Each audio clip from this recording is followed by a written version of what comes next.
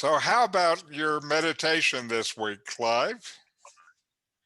Um, yeah, well, I keep persisting.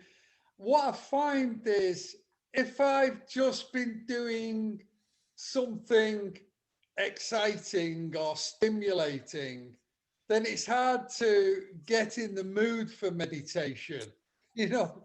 Yes, Uh, and like just now, I've been watching a soccer game. I guess that's why soccer was on my mind. But yes.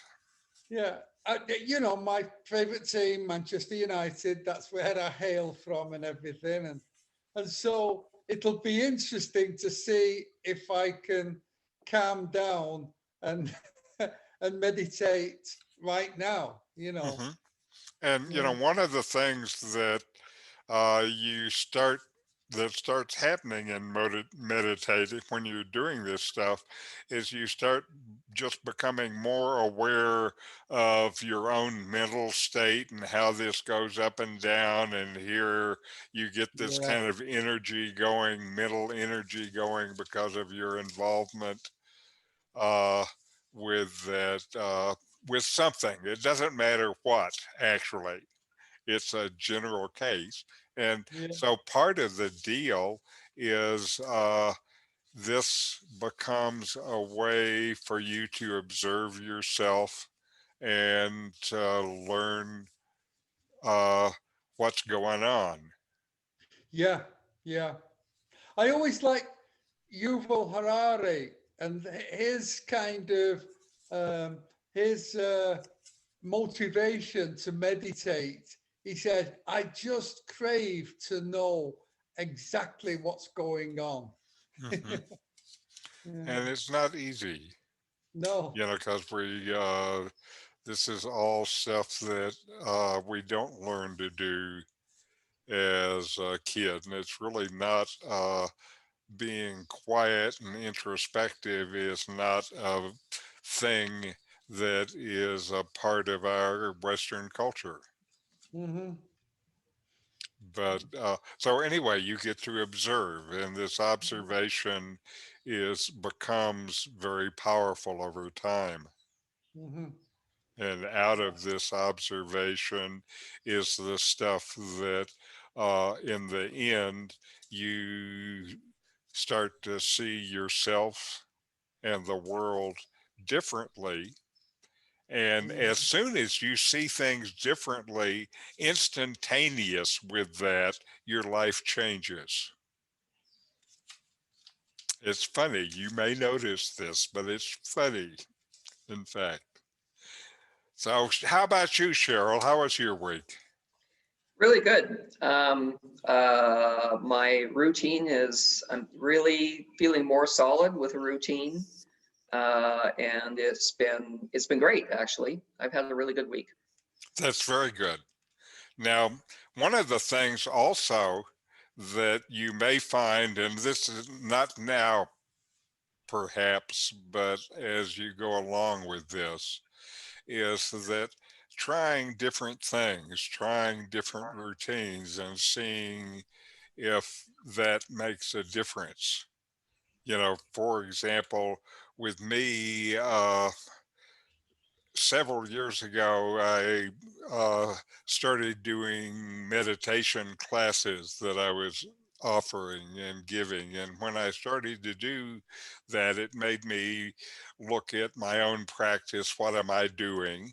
And so, one of the things I tried for a couple of years actually is trying different lengths of time and different times of day. And what I actually found out was that once I started to regularly meditate, for me, more than about an hour a day regularly, which is a lot, or it all depends on your attitude, how much it is, but it's still kind of a lot. I found that this kind of almost flood of creative energy started flowing. And that has basically been flowing as a regular part of my life since then. And so this, whatever it is that we're doing, is something that can bring real change. And I've seen it in my own life, and I really appreciate it. It's one of the reasons why I keep it up, and it's one of the reasons why I'm interested in supporting people who are uh, like you guys trying to actually build a practice. Mhm. So, with your practice, as I say, one of the things be willing to do is to look at it, see what works, see what doesn't work, be willing to try new things, and be willing to throw away things that aren't working anymore. And all of that's okay. You know, you're still uh, kind of doing this experimenting on yourself, if you will. And as you're going along, you learn stuff, and don't be afraid to let go of the old. Mhm. Mhm. Y- You know, this is important. What we're going to talk about today is also another part of that process. Uh, this is a particularly powerful tool in that process. Uh, we'll have our first meditation first, and then we're going to talk about what they call the witness consciousness. And this is a way of paying attention to yourself and to your life where you are freer inside from all the stuff that's going on. Mhm. And so it turns out to be in this process of change, which comes through meditation, this is one of the real kind of power tools, if you will. Mhm. So, okay. So let us start with our meditation. And let me get my chime. Okay. And we will do, uh, again, just basic mindfulness, paying attention on purpose in the present moment, non judgmentally, receive whatever is experienced, then let it go.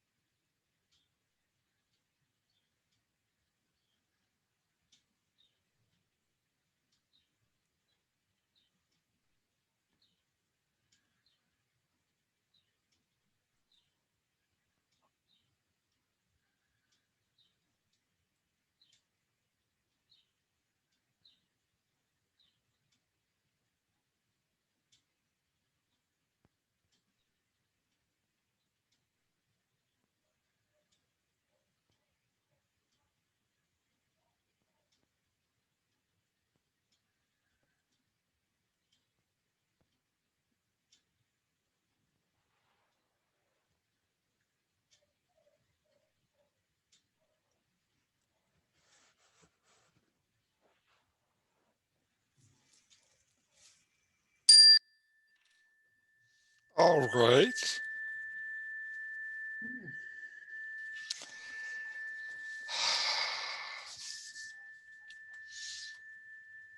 That always seems good to me. Mm. Yeah. Uh, so today, let me make sure I have this set up right. Okay. There we are. Okay. So today I will talk about witness consciousness. Buddhists say that cravings lead to attachments. Attachments are when we think that something, experience, or person will bring us happiness. Any happiness, of course, from things that come and go is only temporary, and all things, experiences, and people come and go. Nothing is permanent. So attachments only bring us happiness when they succeed that is temporary, and everyone wants to be happy, and everyone really wants to be happy always. Attachments distract the mind from the inherent happiness that is within each of us. And it uh, distracts it with really what is an unconscious, almost conditioned response due to this attachment. One way to get free of attachments is to cultivate the witness consciousness. This is to become a neutral observer of your own life. The witness place within you is simple awareness, the part of you that is aware of everything, just noticing, watching, not judging, just being present, being here now. That's what we practice in meditation. The witness is what's aware of your own thoughts, feelings, and emotions. Witnessing is like waking up in the morning and looking into the mirror and noticing yourself, not judging or criticizing, but just neutrally observing the quality of being awake. That process of stepping back takes you out of being submerged in your experiences, thoughts, sensory inputs, and attachments, and into self awareness.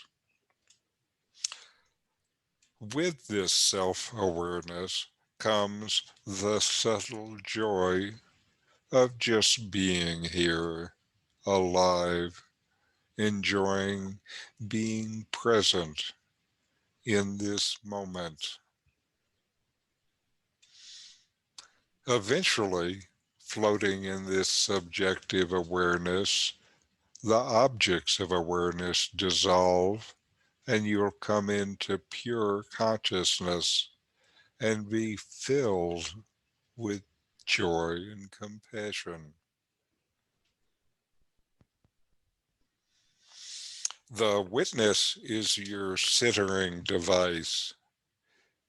It guides the work you do on yourself. Once you understand that there's a place in you that is not attached, you can extricate yourself from the attachments. Pretty much everything we notice and are drawn to in the universe is a reflection of our attachments. Jesus warned us, lay not up for yourself treasures upon earth, where moth and rust doth corrupt. For where your treasure is, there your heart will be also. Desires creates your universe. That's just the way it works. You can become free just by letting go of desires and being in the present moment with no expectations, no agenda, no plan, just simply being. So your first job is to work on yourself. The greatest thing you can do for another human being is to get your own house in order and find your true spiritual heart. Taking action to lessen the power of attachments in your life is a very big step towards this.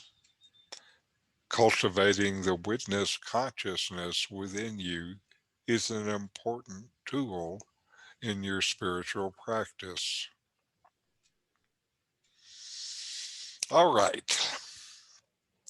And now we have a video on the witness consciousness by a guy that I really like. He's Swami Sarvapriyananda, who is a young Indian Swami who's the head of the Ramana Krishna Center in New York. His talk is it my mind or is it the witness consciousness?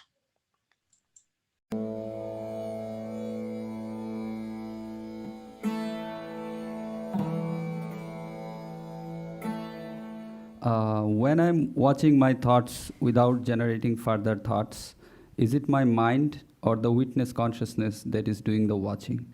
In the waking state, I notice the absence of thoughts when the thoughts subside. If it is the witness consciousness that notices the absence, why can't I notice the absence of thoughts in the deep sleep state in the same way? I feel like that I am stuck in my mind even when I am witnessing it, or otherwise I could have done it in the deep sleep too. All right. A subtle question, but important. These questions are important not only for the person who's asking, but for all of us. The basic question, it comes up, keeps coming up again and again. When you talk about witness consciousness, isn't it the mind watching the mind? Because the mind can do that. There's a term for that, introspection. You can watch your mind. So when you speak about witness consciousness, are you talking about that kind of thing, watching the mind? No. This is the difference. The mind can watch itself. You can introspect and look at the thoughts that are coming up in your mind.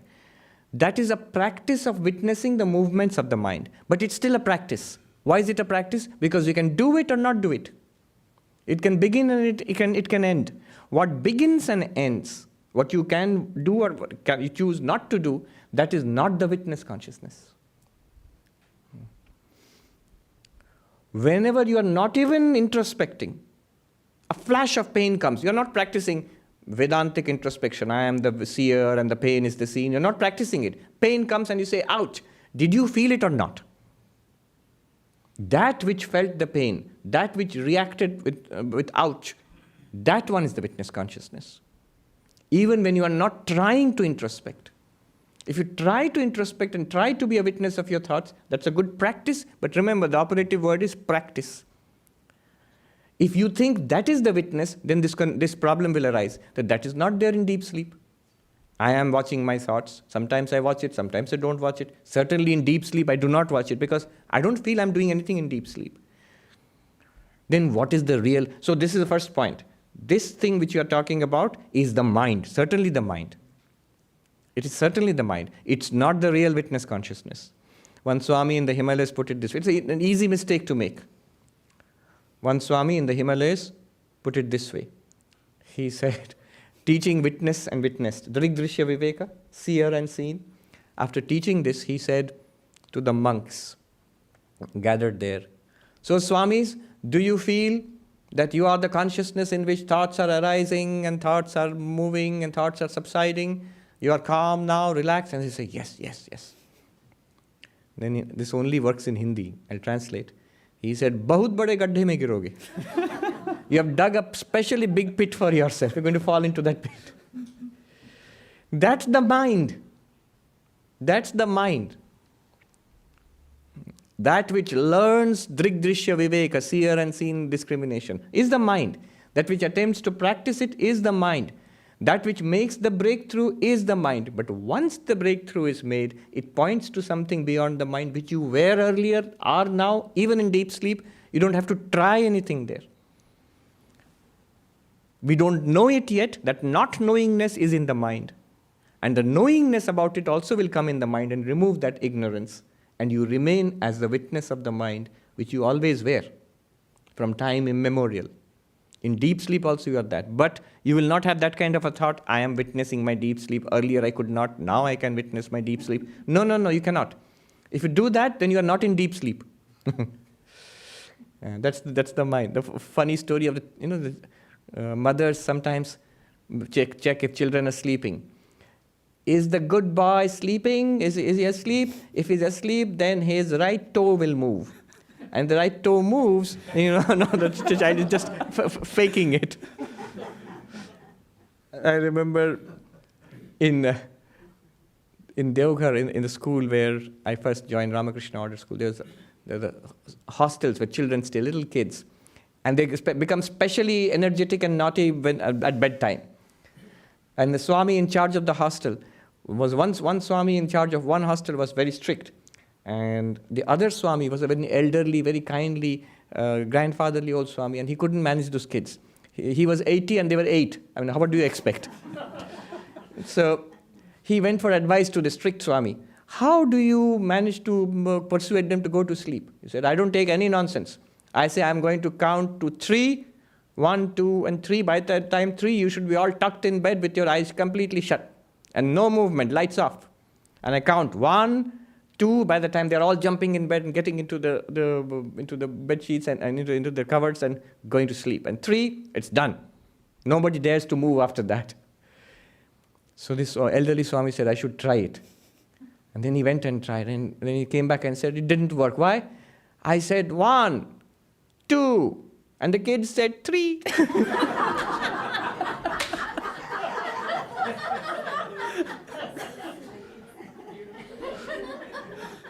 They know how much they can push you. Yeah. So one indication, then how do you make the breakthrough? Here is the indication.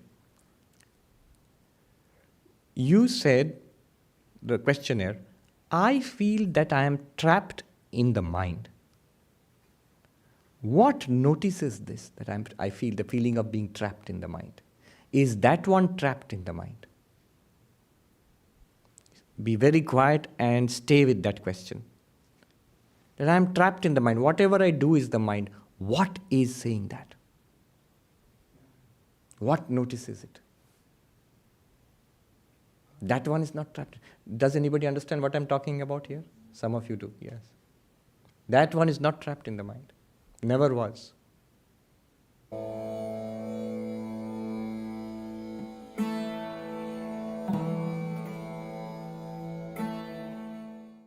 Okay. No, I was just going to say, so the talk that we listen to, you have to be able to distinguish between witnessing and thinking. Yes. Yes, Yeah. that's why I wanted to play uh, that talk, because at one level, uh, there's all this mental activity that goes on, and sometimes it's fast and sometimes it's slow, but the witness is deeper than that. Mhm. And the witness is just there. It doesn't rise, it's not more at one time and less than another time. And Mhm. uh, a way to look at it within yourself is, again, uh, what knows all this activity that's going on within me? There's Mhm. something that knows all of it, and it's not touched by any of the activity, and it's not moved by any of the activity. Mhm. Some people talk about this like using the image of a movie on a screen. And it's Mhm. like ordinarily we think we're in the movie. Mhm. But the witness, when you really see the witness consciousness, that is the screen. So Mhm. we thought we were the movie all this time.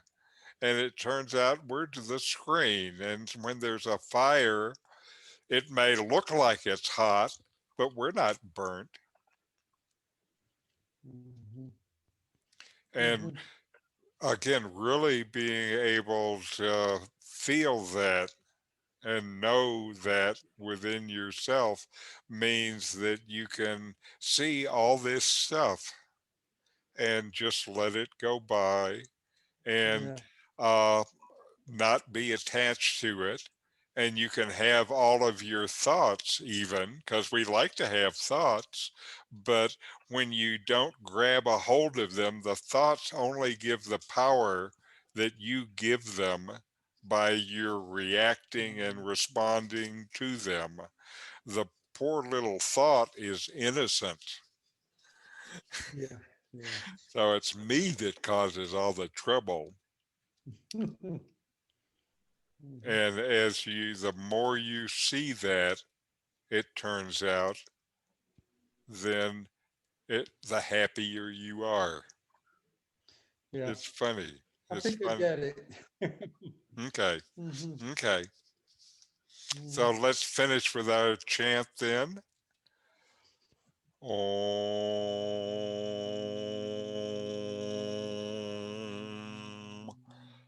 Shanti Shanti Shanti. Om. Peace, peace, peace.